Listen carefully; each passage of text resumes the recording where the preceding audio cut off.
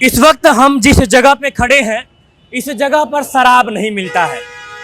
जब यह बात हम कह रहे हैं तो आपको लग रहा होगा कि हम बिहार की बात कर रहे हैं।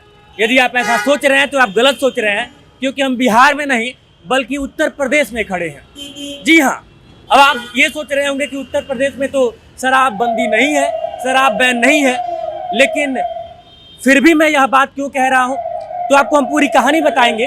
दरअसल इस वक्त हम लोग मथुरा में खड़े हैं और मथुरा को तीर्थ स्थली जब से घोषित किया गया है, उसके बाद से मथुरा जो जन्मभूमि है, मेरे पीछे आप ये जो रास्ता देख रहे हैं जो जन्मभूमि की तरफ जाता है, लगभग 2 से 2.5 किलोमीटर की दूरी है और उस जन्मभूमि के लगभग 10 किलोमीटर के परिक्षेत्र में कहीं पे भी शराब नहीं मिलता है। उसको प्रतिबंधित कर दिया गया है, बैन कर दिया गया है।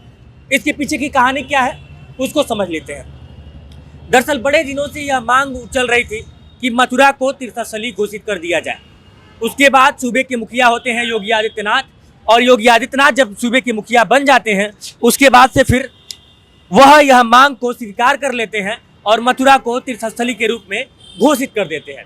जिसके बाद शराबबंदी से लगाए तमाम मांसाहार का जो दुकानें होती हैं सबको प्रतिबंधित करने की मांग की जाने लगती है और उसी क्रम में यहाँ पे शराब बैन कर दिया जाता है और शराब के साथ साथ जो नॉनवेज होता है उसे भी यहाँ पे बैन कर दिया गया है।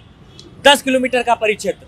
हाँ, वो बात अलग है कि जिस तरीके से हम लोग बिहार में कवरेज करते हैं, कई सारे पत्रकारों ने इसको दिखाया भी है कि बिहार में संपूर्ण शराबबंदी होने के बाद भी शराब आपको हर जगह गली गली देखने को मिल ही जाता है। लोग कहीं ना कहीं से व्यवस्था कर ही लेते हैं।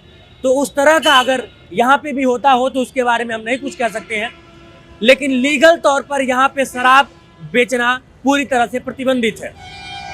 अब जब मथुरा में ये सारी चीज़ें हो रही हैं, ठीक उसी के दौरान, चूँकि अभी कुछ ही दिन पहले अयोध्या में श्री राम जन्मभूमि का उद्घाटन हुआ और उस उद्घाटन के बाद से उसको भी तीर्थस्थली घोषित कर दिया गया और जैसे ही वो तीर्थस्थली घोषित हुआ वहाँ पे भी शराब को प्रतिबंधित करने की मांग उठी।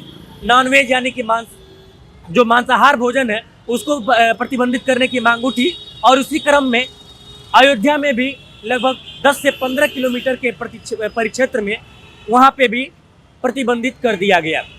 अब मसलन जो है पूरे उत्तर प्रदेश, कई बार यह मांग उठी भी है कि पूरे उत्तर प्रदेश में बिहार की तरह शराबबंदी कर दिया जाए, लेकिन बिहार की तरह शराबबंदी करने के बाद उसका इम्प्लीमेंट कर पाना ये बहुत बड़ी चुनौती हो सकती है और है भी, क्योंकि आप यकीन जानिए कि बिहार में शराबबंदी हो तो गई है लेकिन वो पूरी तरह से फ्लॉप है।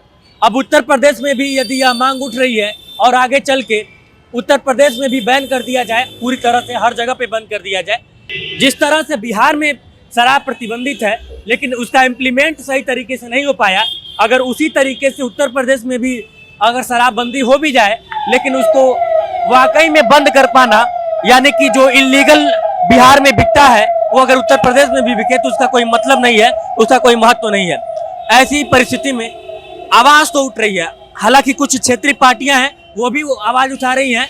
सूबे के मुखिया योगी आदित्यनाथ से यह मांग कर रही हैं कि उत्तर प्रदेश से संपूर्ण शराबबंदी हो जाए, लेकिन यदि अगर उत्तर प्रदेश में शराबबंदी होती भी है तो क्या वो युद्ध स्तर पर हो पाएगी, क्या उसको इम्प्लीमेंट सही तरीके से किया जा पाएगा, यह एक बहुत बड़ा सवाल रहेगा। क्योंकि बिहार के ऊपर ये कलंक अभी तक है, ये कलंक धुलने का नाम नहीं ले रहा है, क्योंकि आप जैसे ही एक कोई स्टिंग कवरेज करेंगे आपको बिहार में शराब मिल ही जाएगा। बाकी इस पूरी वीडियो को लेकर इस वक्त हम लोग मथुरा में हैं। मथुरा को लेकर मन भावन मथुरा पावन वृंदावन, ये पीछे बोर्ड भी लगा है। इस जगह में हम लोग आए थे तो हमने सोचा कि इस बारे में आपको भी बताया जाए कि किस तरह से उत्तर प्रदेश का एक ऐसा जगह है, अब एक नहीं 2 ऐसे जगह हैं जहाँ पे पूरी तरह से कंप्लीट शराबबंदी है, आप लीगली शराब को नहीं बेच सकते। बाकी इस महत्वपूर्ण जानकारी को आप तक पहुँचाना मुझे लगा कि ये आप तक पहुँचना चाहिए, इसीलिए हम आपको बता रहे हैं। इस पूरे विषय पर आपकी क्या राय है, टिप्पणी अनुभाग यानी कि कमेंट बॉक्स में हमें कमेंट करके जरूर बताइएगा। बहुत बहुत धन्यवाद। जय हिंद।